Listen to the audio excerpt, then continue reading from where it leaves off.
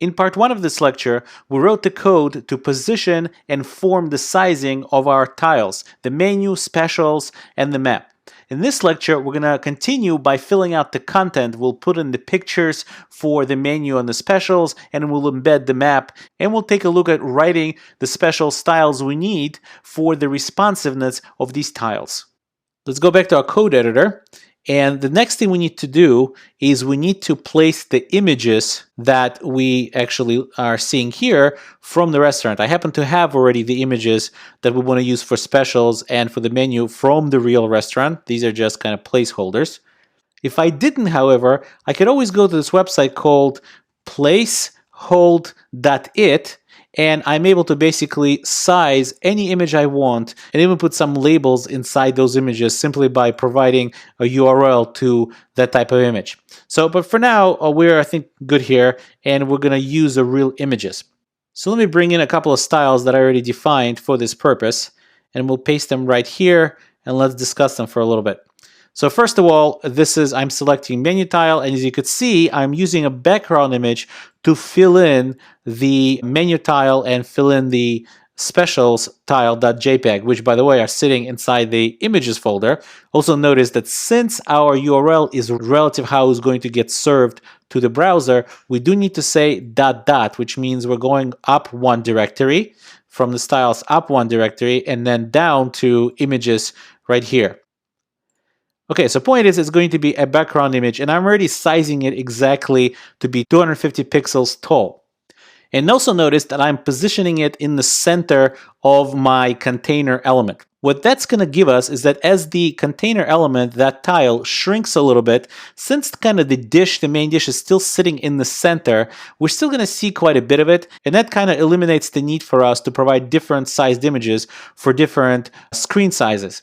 And the truth of the matter is, if this was a huge image, I would probably have to do this because I wouldn't want to waste so much bandwidth. But it's a fairly small image, and it's just not worth it for me to keep switching the images at this point. Plus, it's a good opportunity for me to show you this technique of being able to position an image as a background image and still not have problems when the container element starts shrinking around it. And you just position it in the center and you should be good to go. So let's save that and go ahead and take a look as to what this looks like in the browser. And it's certainly starting to look pretty nice. So here's our dishes, our menu, and our specials. We still haven't done anything with the map. Well, let's go back to the code editor, and in the styles.css, let's go ahead and position our tags. So these tags right here are the labels, really need to be right here at the bottom. Let's go ahead and do that. Again, I have some code that I prepared before the lecture, and let me cut and paste it right here, and let's go over it right now. So first of all, we are targeting menu tile span, which means it's the span inside the element that is ID'd with menu tile, and the same thing with specials tile and map tile. So the first thing you see here is position absolute, and that means we're going to be positioning these spans absolutely within the containing element, which is the menu tile. Okay, so positioning absolutely, we need to bring them all the way to the bottom. Let's go take a look. We need them all the way at the bottom right here. Well, that's very easy to accomplish. It's bottom 0, right 0. Well, that's easy. And we want the width to be 100, which means 100% of the containing element again. I want it to stretch all the way across the tile.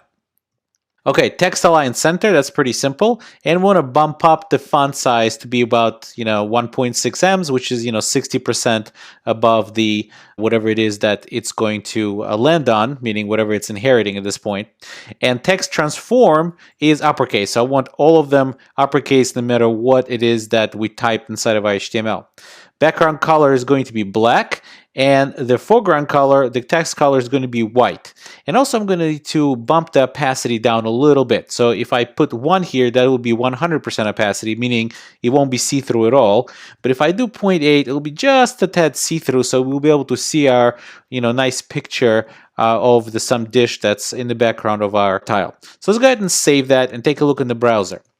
And here we go. So here's our tiles, and you can see the menu and the specials and the map nicely done right at the bottom here. The specials and the text is very nicely visible, and you can see that there's opacity a little bit tuned down, so you can actually see this dish in the background, which gives it a really nice touch. Okay, next, let's go ahead and embed the map right here into this map tile. The first thing you want to do is you want to go to maps.google.com and you want to search for the location that we need to map into that tile. And I already did this. Here we go. It came up right here. And so in order to get the embedded map, so what you have to do is you have to go to this menu right here and go to Share or Embed Map. And it's going to come up with either a link or embedded map. So the first thing we're going to do, we're going to go ahead and copy the link that we have here and go back to the code editor, and we'll go to index.html and we'll paste the link right here inside the href. And it's kind of a crazy looking link, but that's all right. Okay, let's go back to the browser, and this time we'll click on embed map. And it's going to give us an iframe with basically all the code that we need. We'll again go ahead and copy that. We'll go back to the code editor, and we need to paste this iframe right here in the middle of this div. So we'll go ahead and do that right now. We'll paste that right here. And we're almost done, except we need to adjust the width and the height of this iframe. If you look at our styles.css, you'll see that we're styling all the tiles to be height 250 pixels. So let's go ahead and do the same thing here. Right now our height is 300, so let's turn it down to 250. And the width, we actually need it to be 100%, because once again, the width is going to be defined by the grid, by the bootstrap grid, and we want the style to stretch as much as possible to the edges of that cell inside that grid. So let's go ahead and save that and go take a look in the browser. Let's switch to our site, and look at that. We have a very nicely done map tile here next to the specials and the menu. Okay, but what about our responsiveness? Let's go ahead and try to squeeze the browser and see how it's reacting. So now it's a little bit smaller right here, and you can see the tiles became smaller. That's good. And we'll go to the small size instead of medium. So you can see the first two tiles are taking half the screen each, and the third one stretched to all the way to the 12. So the first one took 6, the other one took the other 6 columns, and this one is taking 12. Let's go ahead and keep squeezing it more and see what happens when we get to a smaller size.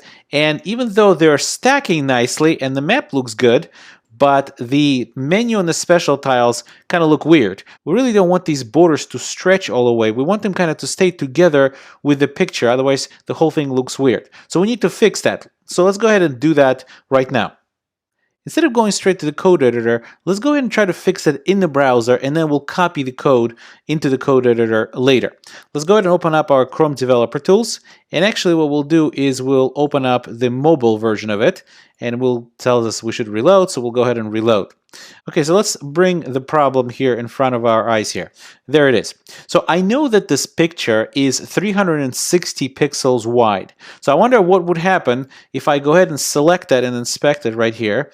And there's our menu tile. And go ahead and give it the width of 360 pixels. Well, we got the border fixed, but now this whole thing moved to the left instead of sitting in the middle. Well, there's actually a very quick and easy fix is to specify margin auto for both the right and the left margin.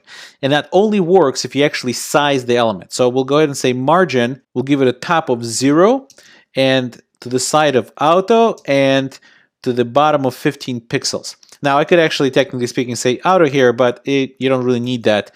It automatically assumes that whatever is in the second position goes into the fourth position as well.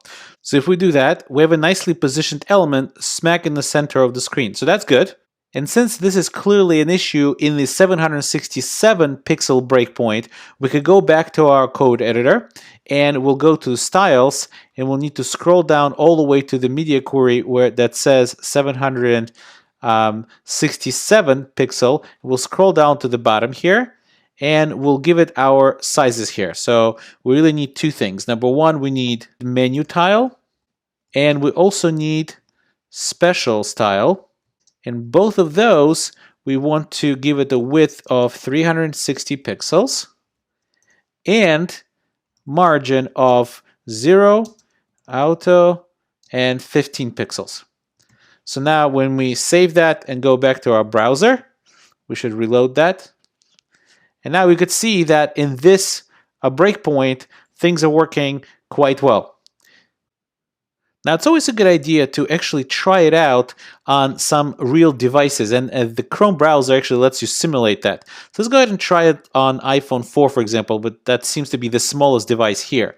So if we look here and scroll down, we could see that, you know what, the 360 width is not really working for this particular device because it's too big with the margins and the paddings. It's really not fitting in there anymore. So that means we really have to create a custom media query just for this. And I also don't really like how this David Chu's China Bistro is sitting here. It's a little too small. I would really like it to fill it up a little bit more. And let's see, if we stretch it out, right, it gets to about here. And we really want to increase that. So if you play around with it, you'll notice that this actually gets kind of the perfect sizing right around 476 pixels if you mess around with it. So we're going to go back to our code editor, and we're going to create yet another media query. So this one closes the previous one. So we'll create yet another one, and we'll call it, I'll cut and paste some code already prepared for super small, for super extra small devices only, which is iPhone 4 and so on.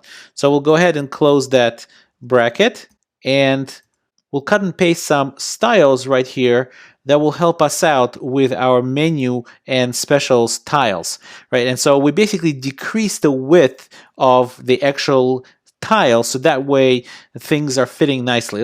Let's go back to our browser and take a look. Let's go ahead and refresh that just in case. And if we now look at iPhone 4, and we could see now that things are fitting in very, very nicely. And the only thing is what I don't like here, it's a little too small, right? We would like the name of the restaurant to be a little bit bigger. So let's go back to our code editor, and let's go ahead and in this media query, we'll increase it just a tad so we can see it a little bit better. And again, I have some styles prepared that I played around with, so you don't have to watch me play around with it live here. And so let's go ahead and put them in right here. So all I'm doing is basically saying navbar brand H1, that's the brand, that's the name of our restaurant, and I'm giving it some padding, basically preserving some padding, maybe making it a little smaller, and I'm giving this font size just a little bit bigger than it was defaulting to from the previous breakpoint. So let's go ahead and save that and go to our browser. And you can see now David Chu's China Bistro gets a little bit more prominent, and that's probably a good thing, right? We want the restaurant name to be very nicely visible and doesn't look like it's a secondary text.